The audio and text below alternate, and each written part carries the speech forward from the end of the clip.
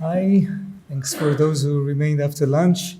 Let me start by saying that this project, which is I rarely present, is a project that was initiated by Ariel Furstenberg.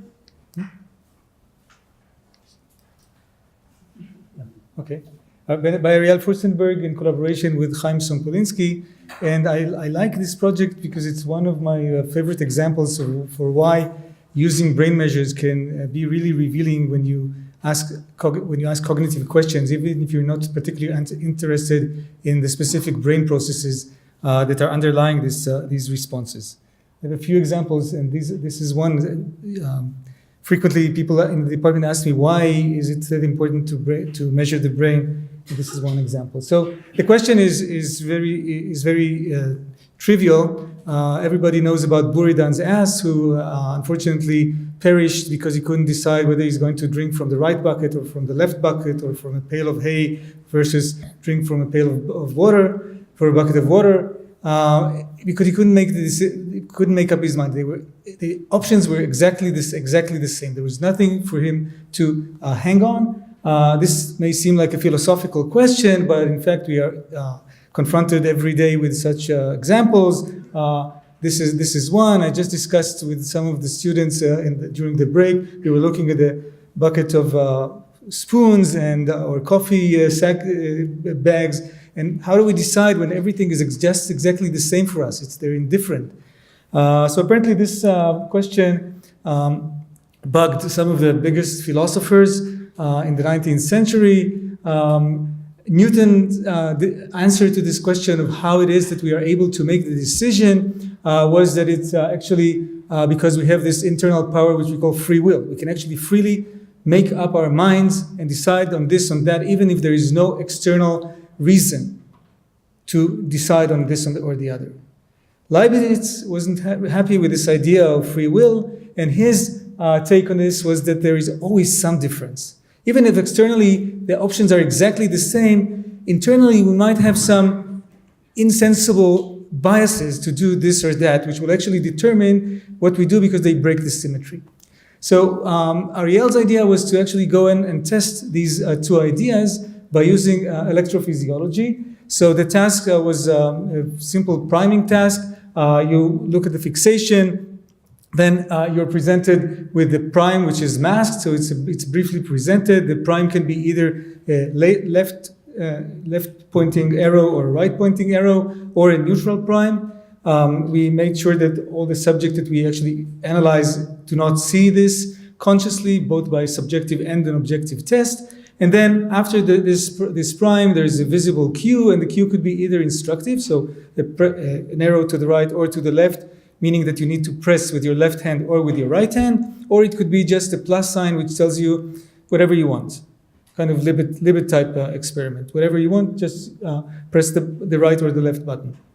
Okay, so we will call congruent trials in the instructed case, of course, when there's a congruency between the prime and the cue, and we will call them incongruent if there's an incongruency. And in the free choice condition, we will call congruent trials ones in which the subject chose to press the button to the side of the prime, and incongruent trials where the subject actually pressed the button contra to the prime direction. Okay. So behaviorally, it's not surprising that the prime actually makes an effect. So here we're looking at the instructed cases where you have an arrow to press to the left or to the right, and you're slower to react when there is an incongruent trial, and you make more errors when there is an incongruent trial. So the prime has an effect. It's more interesting to see what happens in the case of the free choice conditions, and in that case as well, we see that the prime has an effect. We see the subjects choose freely to press the button more often to the side of the prime versus to the side of the no prime. So I guess in this case, Leibniz should be happy because we actually created the bias, and subjects actually choose not so much freely, but actually according to the bias. But what about these 42% of trials in which subjects actually pressed contra to this bias that we created? Okay, then maybe Newton should be happy, saying, okay, this is a case of free will. is it? But maybe, the subjects were simply not influenced at all by the prime in these trials. Maybe there was noise and the subjects were, the impact was not as big as in the other trials. So now we can go to electrophysiology and see whether we can get some hint on what actually happened with the prime. And we're going to use an index called the lateralized readiness potential, which is an index of asymmetric activation of the motor cortex. So this is a well-known effect where when you have to press, when you press with your right hand briefly before, there is stronger negativity over your contralateral motor cortex. The same if you have to activate your left hand, then the activation or the negativity is over the right hemisphere over your motor cortex. And if you subtract the activity contralateral to the hand that is moving from the ipsilateral from the contralateral hand that is moving, you get this ERP, which is called the lateral readiness potential. So this negativity that you see over here indicates preparation to move the contralateral hand. Okay, so this for us will be an index of your intention to move. Looking at the instructed trials, we see that in congruent trials, we have this intention to move. So going down now in all these graphs will mean preparation to move the hand that actually moved, that you actually used to press the button. And going up means preparation to actually press the other hand that eventually did not move. Okay? So in the congruent trials, we see this preparation to move the hand that eventually moved, and this is more or less the reaction time, so the average of the reaction times in blue here. In the red curve shows you that just before you prepared to move the hand that eventually moved, you had an intention to move the other hand based on the prime. So the prime actually initiated an intention to move with the other hand, which was overruled eventually by the cue to move in this direction or the other. So we can call this an initial intention index, and this the final intention index. And now the more important thing is to see what happens in the free choice condition. Sorry, I made this animation showing what we think is happening. So you first prepare to move your left hand, and then you move your right hand. See it over there. Okay, in the free choice condition, we see exactly the same thing. Okay, so even though the subjects are not aware of the prime, we see that the subjects actually make a preparation to move in the direction of the prime and then change their intention, although there is no specific reason to choose this or that. If indeed breaking the symmetry, as Leibniz suggested, is the thing that drives us to move in this or that direction, they should have moved in this stayed over here and actually moved their other hand. But nevertheless, they do change their intention and move freely in the other direction. Okay, we published this a couple of years ago, and recently we replicated this result in 3 new groups, both of young people and of the older adults. We find no difference in this respect between the younger and the older. 2 more things that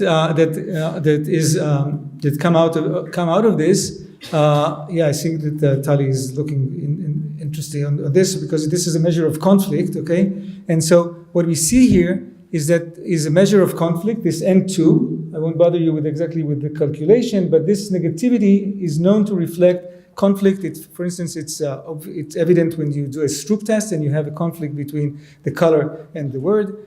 And what we see is that we have this measure of conflict when in the instructed condition between the incongruent and the congruent, when we subtract the incongruent and congruent trials, which suggests that what we have here is a conflict between a subliminal bias and an explicit overt cue. Okay, even that creates a measure of conflict, which is similar to that when you get in overt responses like in the Stroop task. So that's one interesting thing about what you can or cannot do with subliminal information. And last, we actually see that when we subject to this change of intention, occasionally we can see that the hand that eventually did not move, okay, has some twitch in the muscles, which we can detect using EMG, which is a measure of the muscle activity. You can see here that this is the actually moving hand, but just before the other hand has some twitch in the muscles. And if we look at these trials where subject had this muted response in the unresponsive hand, and compared to the actual response, we find another measure, which is called the error-related negativity. And that means that I should finish. Error-related negativity, which is actually an error of doing something that you freely decided to do. What exactly is the error here?